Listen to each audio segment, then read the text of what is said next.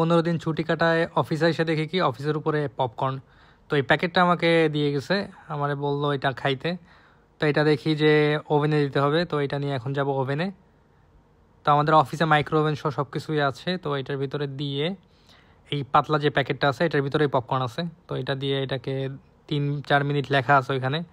তো এটাকে এখন 3 মিনিট বা 4 মিনিটের জন্য দিব। দেওয়ার পরে দেখবো যে কি হয়। আমাকে এটা সকালবেলা আমাকে দিছে যে খাওয়ার জন্যে।